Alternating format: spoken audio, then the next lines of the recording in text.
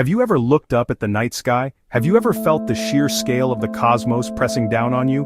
We are stardust. We are the universe experiencing itself. But our time here, our brief flicker of consciousness is tragically short. For millennia, humanity has dreamed of cheating death, of living forever. We've told stories of eternal fountains and divine promises. Now, a new idea born not from ancient myth but from modern science and computing offers a strange and wonderful new perspective. What if our entire reality, everything you know and love, is not the base reality? What if we are living inside a vast, sophisticated computer simulation? It's a mind-bending thought, and it might just hold a backdoor to eternity. This isn't just a plot from a science fiction movie, it's a serious hypothesis being discussed by some of the most brilliant minds on our planet. The idea forces us to reconsider the very nature of existence. So what exactly is this simulation theory? Let's break it down. Imagine your favorite video game. It has landscapes, characters, and a set of rules. The physics of that world. The characters in the game don't know they're made of code. They just live their lives according to the game's programming. Simulation theory proposes that our universe might be just like that. Our reality, from the smallest quark to the largest galaxy cluster, could be the product of an incredibly powerful computer simulation. We, along with our thoughts, feelings, and discoveries, would be part of this grand cosmic program. Think about the progress of our own technology. A few decades ago, Pong today virtual worlds that feel real.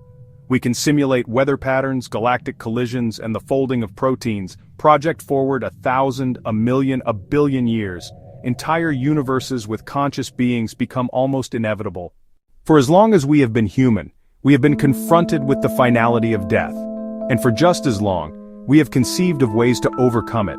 Across cultures and throughout history, these dreams of an endless existence have generally taken one of three major forms. Think of them as three doors, each leading to a different kind of forever. The first door is immortality. This is the simplest and most direct path. You just don't die. Your consciousness continues in its current form, unbroken for all time. Legends of gods, vampires, elixirs of life. The second door is reincarnation. Your physical body perishes, but your essential self is reborn into a new body.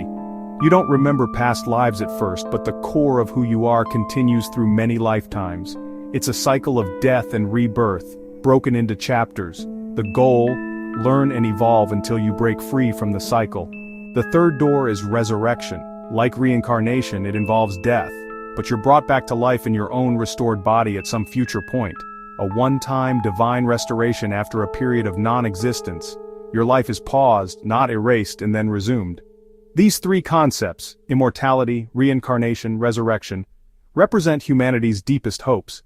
If we are living inside a simulated reality, these ancient spiritual ideas might find a new home in the language of computer science. Perhaps they're not just stories.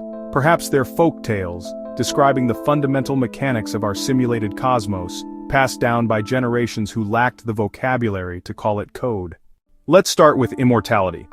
The dream of a single, unbroken life. Think about your consciousness, your sense of self. From a computational perspective, it's an incredibly complex pattern of information. Your memories, your personality, your hopes, your fears, it's all data. In the simulation, your brain is the hardware running the software of your consciousness. When hardware fails, the program stops. But what happens to the data? Deleted or saved? In computing, deletion often just marks space for overwrite. A skilled technician can recover deleted files. Imagine our simulation is run by an advanced civilization. To them, our consciousness is a data file. Preserving that file would be trivial. Immortality could simply be a feature of the simulation. Perhaps certain beings are flagged as immortal, or their bodies programmed to self-repair indefinitely. More likely, their consciousness is continuously backed up. If a body is destroyed, data reinstantiates into a new one.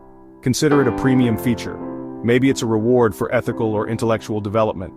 Or an option anyone could activate, if they knew the cheat code. Myths of immortality could be admin privileges. The Fountain of Youth, a debugging tool resetting aging parameters. Fantasy becomes high technology. Now let's turn to the other two doors, reincarnation, resurrection. How could these ideas work inside a simulation? Let's start with reincarnation. In computing terms, it's resource management. Creating unique complex consciousness from scratch every time is inefficient. What if the system recycles them? Imagine your consciousness as a data packet. When your avatar dies, recent memories are wiped, The packet joins a queue, then is assigned to a newborn. This is the cycle. You wouldn't remember because the cache is cleared to keep the experience fresh, yet core traits, call it soul, karma, could carry over, explaining prodigies and deep-seated phobias, residual data from a previous run. Resurrection works like a saved game.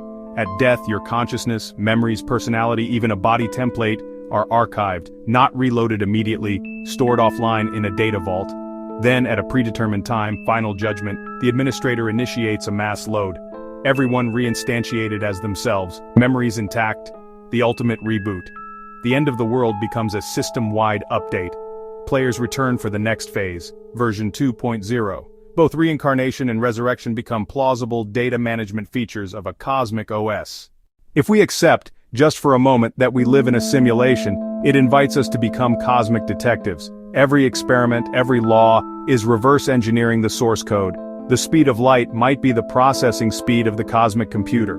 Quantum mechanics, strange probabilities and observer effects might be a clue.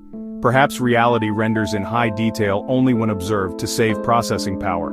Think about glitches. In games, bugs cause odd behavior. Déjà vu could be a brief data overlap. Unexplained phenomena, ghost sightings, moments of intense intuition, paranormal or features and bugs we don't yet understand. The rules might be local parameters. Other servers, other universes, could run different physics. Miracles might be admin-level interventions overriding physics. If this is a game, how do we level up? Knowledge, compassion, expanding consciousness. Maybe the goal isn't just to exist, but to evolve.